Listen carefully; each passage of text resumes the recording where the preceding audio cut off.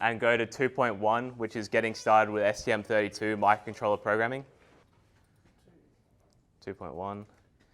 And then can everyone who's on the Curtin computers, can you download the blank IOC file?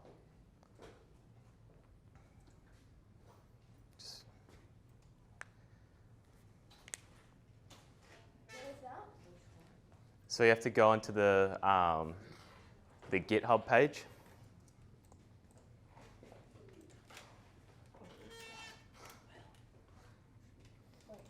It's under 2.1. Yeah, go under that. Then go back to Curtin BinarX. Then go to School Holiday. Then go under 2.1. And then download that blank IOC file. So, and then everyone else, can you guys just open up, STM Cube, STM32 Cube IDE? Which, if you haven't got your own laptop, should be on the Curtin Yeah. computers as well. So, or if you forgot to install it. But yeah, sorry. So first, because the instructions are a little bit different if you're on the Curtin computers, just because it's got an older version. So anyone on a Curtin computer, can you please just watch what's going on the screen? But yeah, so like STM32 Cube IDE is the way we're going to program our microcontrollers so that we can choose what each of the pins does, so we can interface with our board.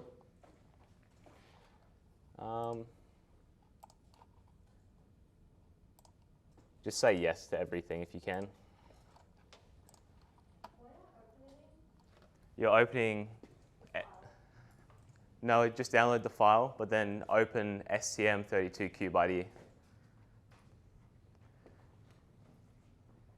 So just click out of that.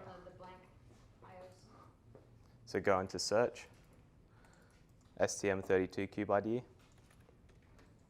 Yep. So once you guys are at this page here, the one that's on the screen, so everyone who's on the Curtin computers and downloaded it, can you please click Start New Project from STM32 Cube MX, which is the second option in blue. And just let it load. And everyone who hasn't done that, can you go to section 2 of those instructions under the GitHub page? So under section 2 of that, section 2.1, getting started with microcontrollers.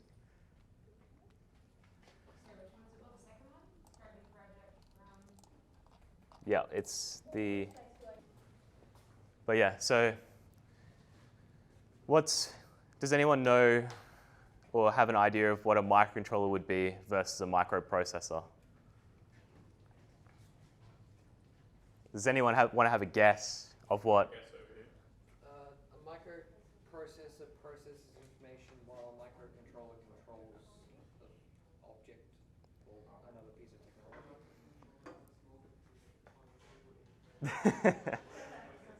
Yeah. So but basically, you're on the right track. So a microprocessor has a very specific job.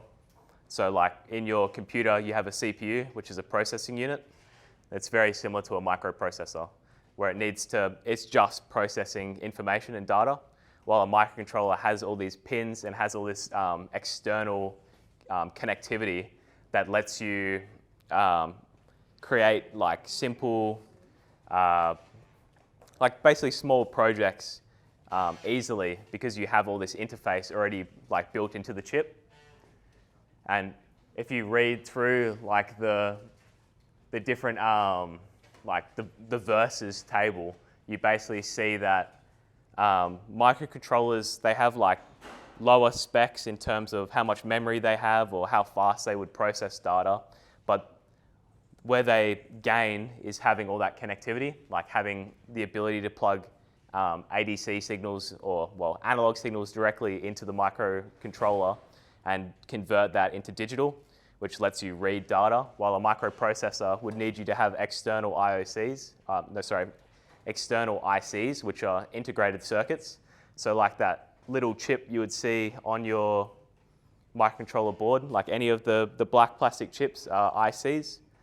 So they could be from a range of things. So like an op amp would be on the IC, which is like that, which would have little op amps built inside of it, probably built in a clean lab. And that's like a really scientific process where, you know, everyone wears those big white clean suits and wears gloves and walks around and builds things on silicon wafers, like mostly done by machines, but people are in there to move stuff around and do other processes. But yeah, so STM Cube IDE, we basically want to set it up so that we can use it with our projects. So now that we're at the IOC interface, we want to start configuring the debug and hardware peripheral pinout. Why is it still on that? But yeah, so I've done a step-by-step guide on basically what we want to do. Like our first step, really, we want to set up our debug, like our debug connector, which, do you have your microcontroller? Can I just borrow the micro? Yeah. Ooh.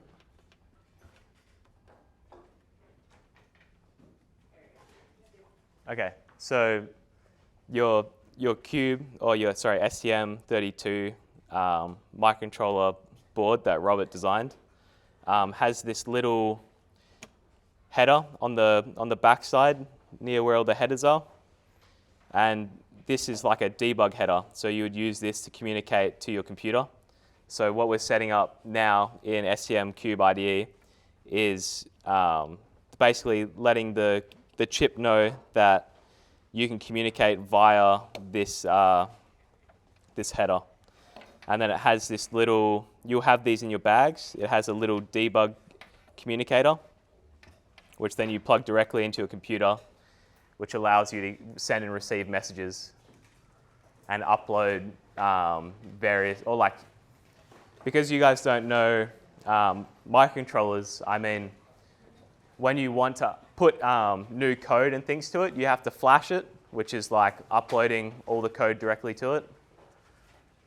And yeah, but yeah, so we'll set up this configuration. So if you go into your,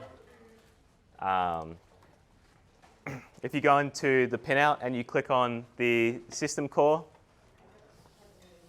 But you don't want them to plug it in using your USB cable directly to the USB port on the microcontroller, correct? That USB port is for power. So that would, if you plug into the USB port we were using last week, Friday, that one is used to charge the battery as well as supply power to the microcontroller.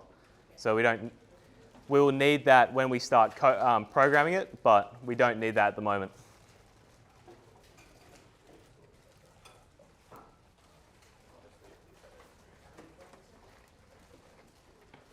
Do they have the blue bits as well? Sorry? Do they have the blue bits as well? They should have these in there, I think. Does anyone have these blue ones? I don't know, Robert, do they have the little debugger things in their bag? I might not have given everyone debuggers. I'm sorry if they're not there. If you don't have a debugger, that's all right. Don't worry about it. It won't be in your rocket bag. It's not going to be in there. Don't open up your rocket. That's your parachute. If you don't have one, don't worry. Yeah, sorry. I might not have given you guys one just because I don't think we have exactly 14, so I didn't want to make people miss out. We will use them when we start programming the micro, though. So anyway, if you guys go to this IOC pinout page and you open up the system core and then go under sys, which is configuring that, that debug header. So we want to go under trace analog or asynchronous SW, which I think is SW switch. I don't know. But yeah, so set that one up, and you should see on your pinout view, you should see 3 pins go green, which means that you've done it properly. And you should see a tick next to sys or SYS. I think some of them have. Does anybody have one of the debuggers? No one would have Okay, them. that's fine. You just pass them out. Robert's going to bring around a debugging cable now. Is there 14? I've got one too. Oh, sorry. But we need these back. You can't take them home. Yeah. We use them for teaching. Thanks, Robert. But okay. And I will bring you a USB cable in just a minute. And now that we've done, now that we've set up our system debug connector, like settings, we want to start setting up, because on the chip itself, it has, if I go to .cam, Sorry, am I no, it's all good.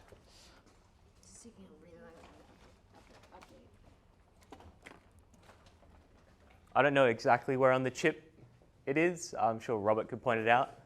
The 2 clocks, the external clocks. Oh, down the bottom, the little silver package ones. Oh yeah, X1 and X2. Is that what you're talking about? Yeah. So X1 and Hey, X2 there we go. are the 2 different crystal oscillators. X2 is a low-speed oscillator. So this is like the same sort of crystal that you'd find in your watch. When you hear like a quartz watch or quartz crystal watch, it's like a little quartz crystal that vibrates with a certain frequency, and they use the piezoelectric effect to kind of set up a circuit that vibrates. And that one is at 32.768 kilohertz, which we can kind of divide into seconds quite easily with digital electronics. And the other one, X1, is your HSC or high-speed external oscillator.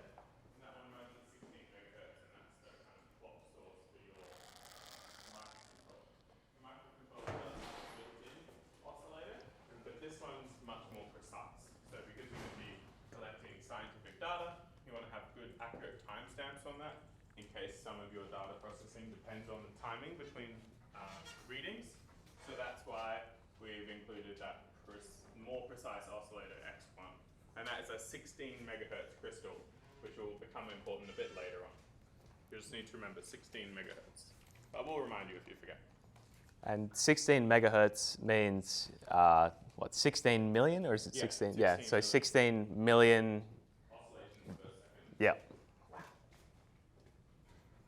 Okay, so if we open up the RCC heading under the same system, that's where we're going to start like telling the microcontroller basically that we have these 2 external crystal ceramic resonators. So we need to set those both. So you open up the little drop-down menu and you click crystal/ceramic resonator for both of them. And then you should also on the pinout see that PC14, PC15, PHO and PH1 all light up green, showing that you've done the setup correctly. And if anyone's getting stuck or wants more information, just raise your hand.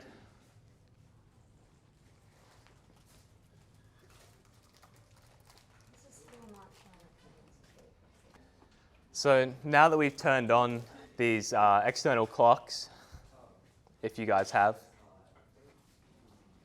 are you setting up the... Okay, everyone's like, I guess everyone wants to plug in their micro. Like, you can go ahead if you want. It's not essential. We're not going to be doing anything with the micro. We're just setting up the ISC file, ready to flash the microcontroller. And that we'll probably flash it next session when we start actually doing stuff with it.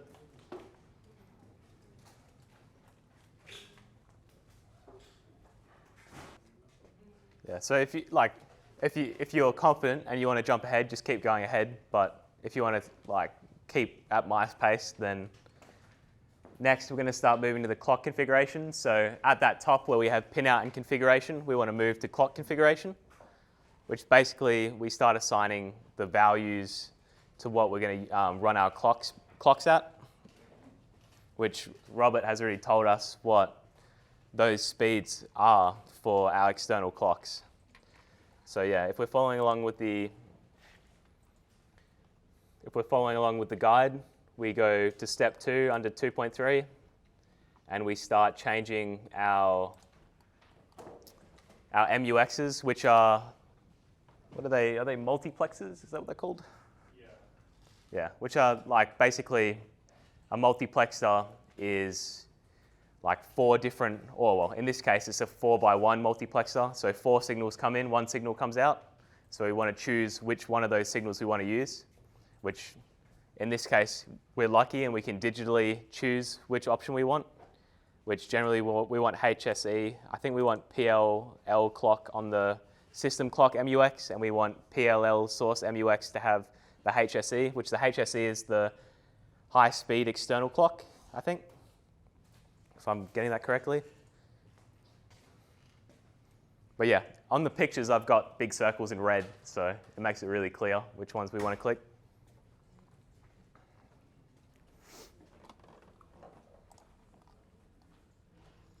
And now we're going to start updating our input frequencies so we can get basically the performance that we want out of our external clocks. And because the remainder of the instructions, we were using 80 megahertz for our clock speed, I just updated the, what is it? It's basically like a custom configuration to get the clock speed you're after. And I updated that to 10 times so that if you look at the right-hand side, everything starts to update to 80.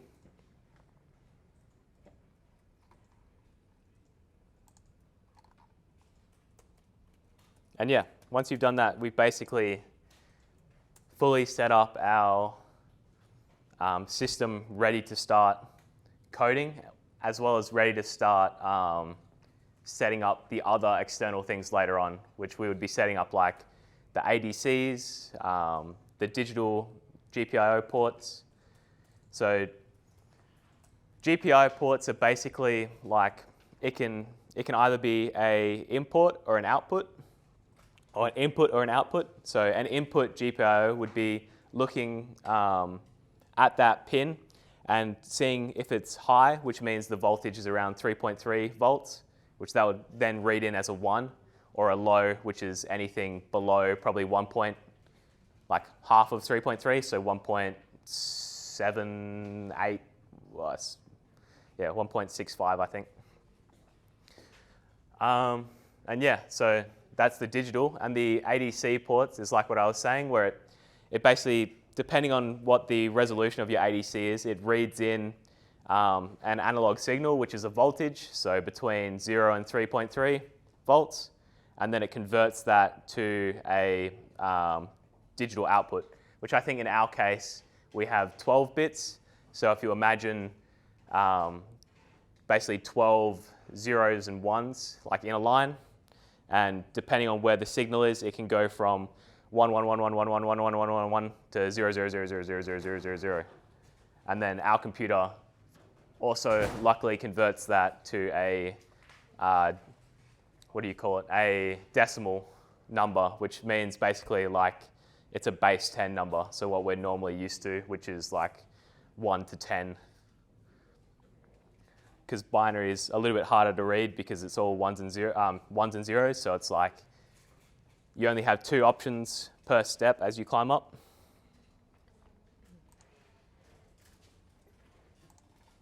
Yeah. So yeah, who's done C coding before? Anyone done C coding? Nice. So I was thinking we could like potentially make a game of this if anyone wants to go into their lab groups, and then we can like do a little bit of a quiz and see how you guys go. We can either do that now where you have no information and you can just like guesstimate, or I can go through it a little bit and then do the quiz after. Which one would you guys prefer? Guessing. You prefer guessing? You prefer after? Okay, raise your hand if you would like to do it after. 1, 2, 3, 4, 5, 6. And then before. 1, 2, 3, 4. And then the no voters. Okay. Yeah, so we'll do it after because we only had 10 votes. So basically, we're just going to go over some variable types and things like that. So in C, so a lot of people have probably done Python coding, which is a lot easier. So Python coding, you don't really have to declare what your variables are.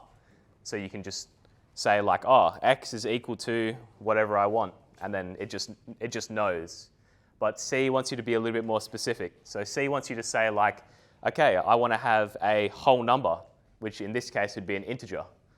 So as you can see on the screen, int x is equal to 0, which is like, int is the variable type. So it's like, I'm telling my C compiler that this variable is always going to be an integer, no matter what. Like, I can do other fancy things to make it know that I don't want it to be an integer anymore. But at this point in time, x is always an integer.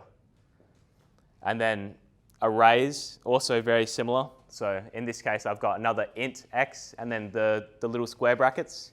So the square brackets indicate that it's an array, which an array is like multiple integers all stored together next to each other in memory. Because in our case, we want to use a programming language that has a high performance, and that's why we choose C.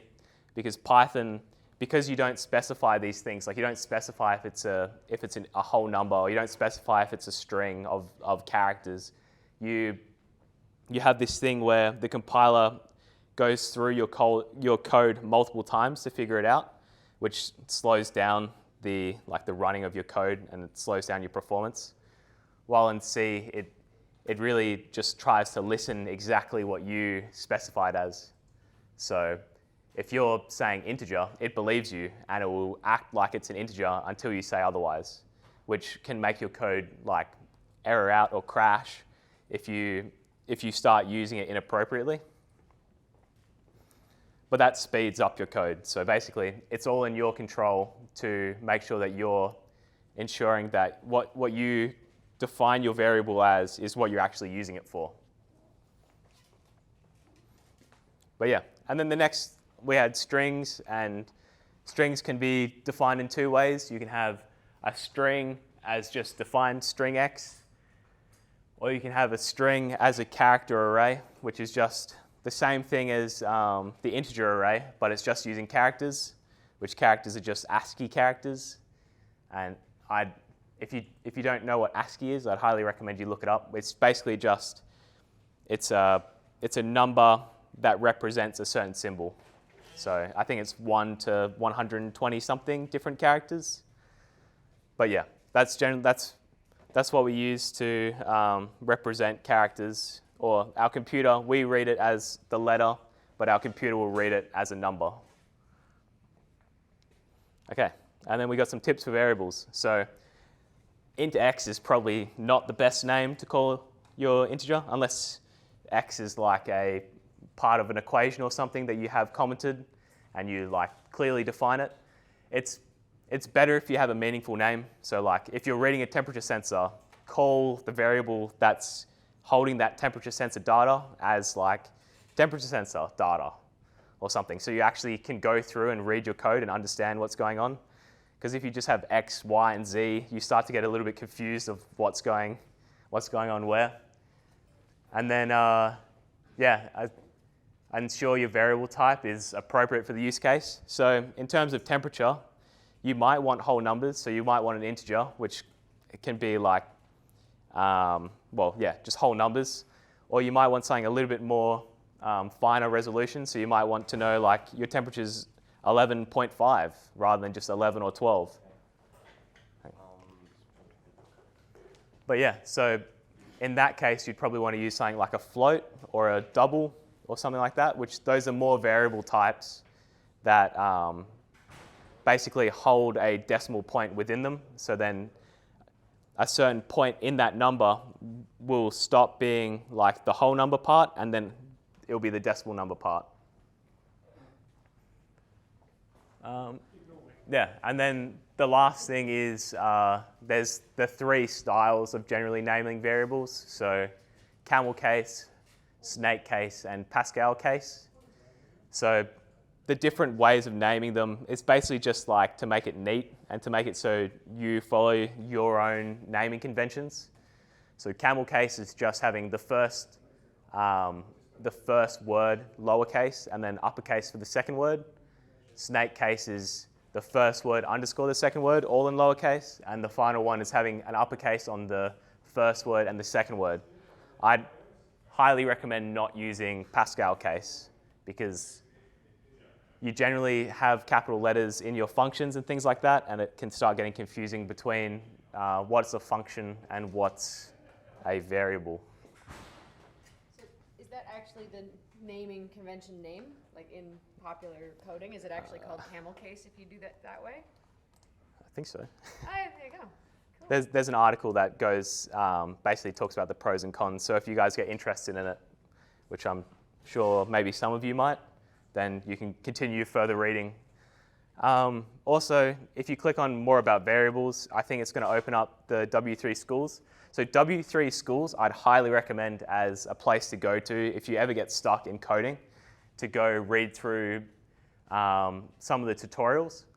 It's just a very easy way to follow through, as well as it's got like a web-based coding interface, I think is what you'd call it, which basically just means you can write lines of code in, and then you can run it, and you can see what the output would be, or you could see if it would error out, or you could see it basically just compiles it and runs it for you, which is really handy so that you can practice a lot of different things.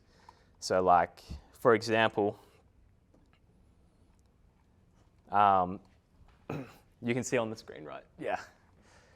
So we have here an integer of my_num, and then cout, the double arrows to my_num. This is like a C++ way of saying, can you print this to the terminal?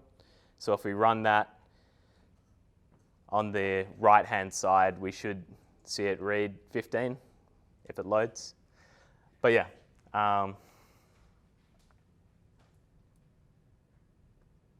Or nothing. Run.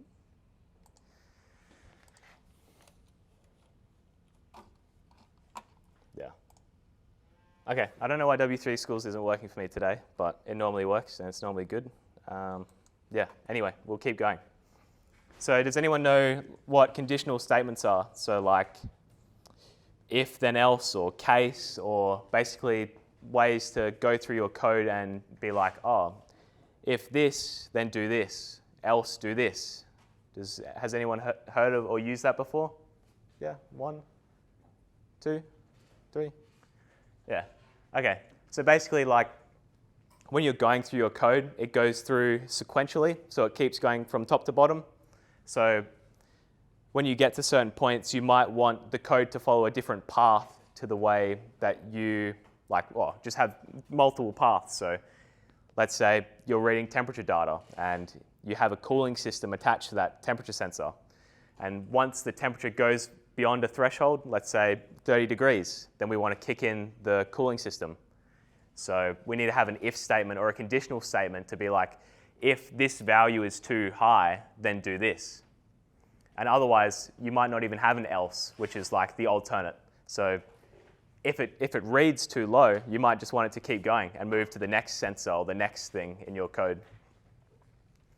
But yeah, so conditional statements, you have multiple logic statements and logic conditions, which then follows into the if statements. So basically, yeah. So example 1, for example, we have a conditional statement where we're saying if A is less than B or A is greater than B, then we can print and say that A and B are not equal. If you're reading through that table, if you guys got it open, which I don't know how many you do,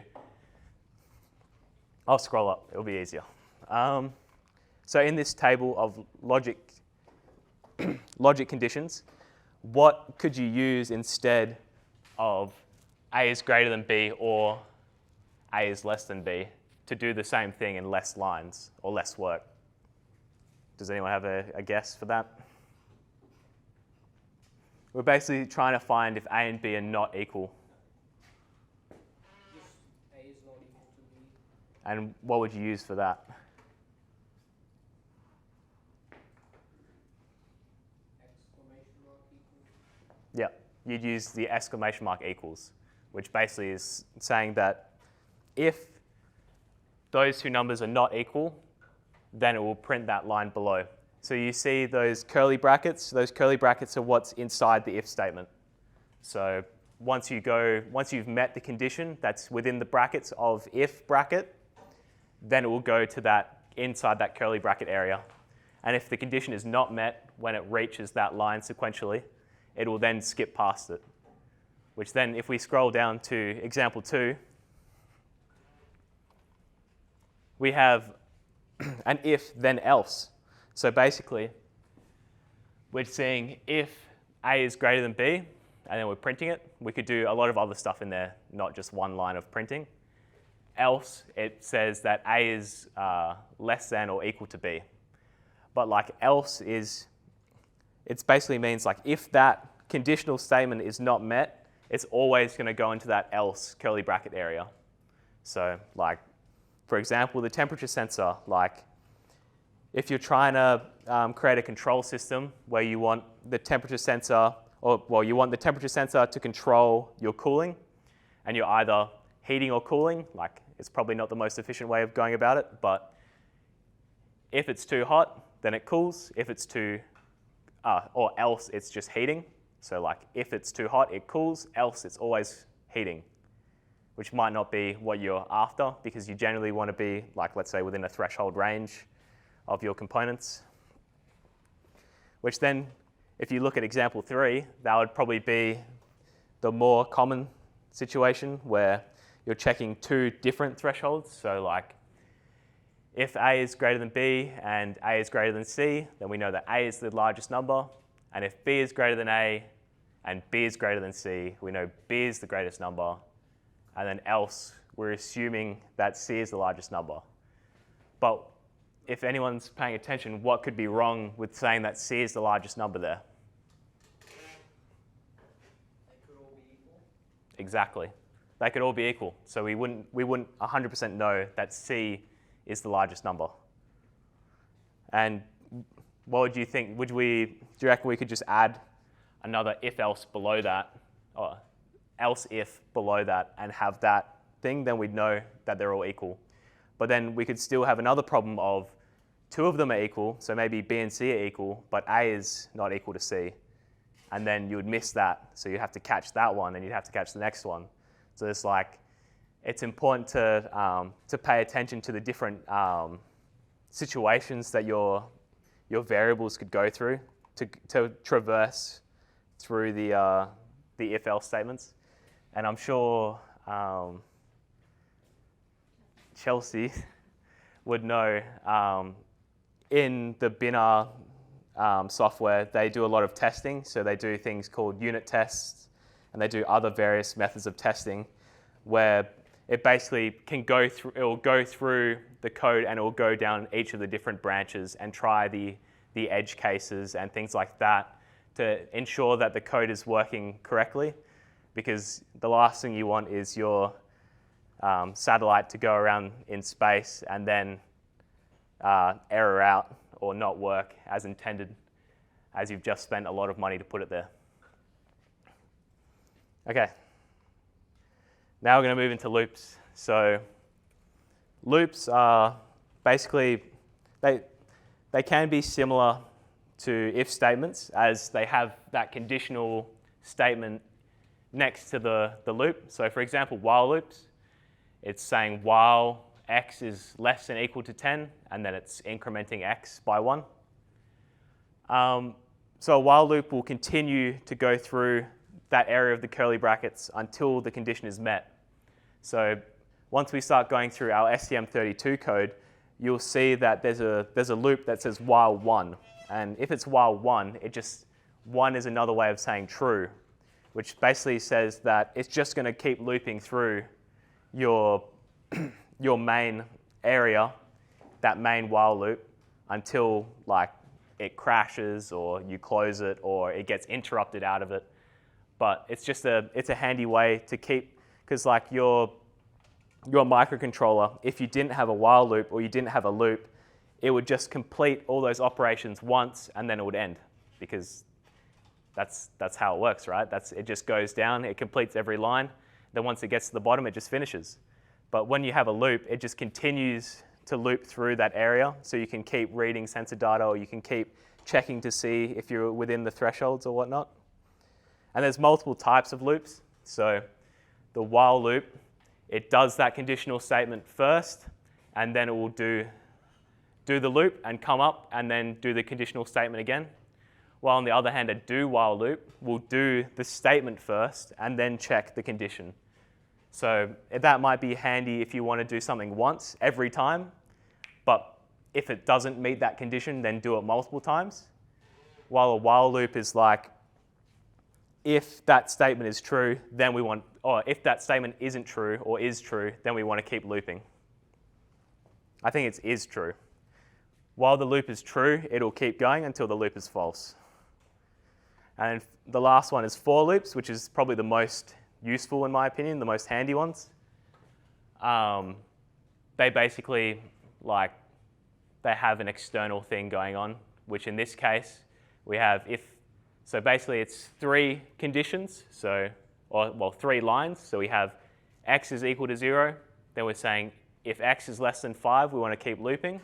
And then we're saying every loop, we want to increment x by 1, which basically means we're going to loop through that for loop 5 times, which makes it really easy for us.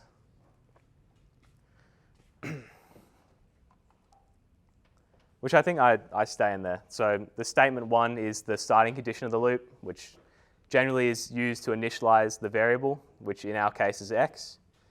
And then statement 2 is the ending condition of the loop, which in our case is saying x is less than 5. Or, yeah, x is less than 5. Which, again, we want to remain true to stay within the loop.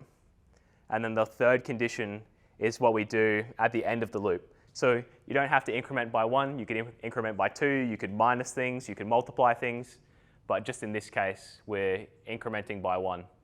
Which there below, you can even see that we do the same thing, but we change how we're incrementing. We're minusing 1 every time rather than adding 1 every time. Okay.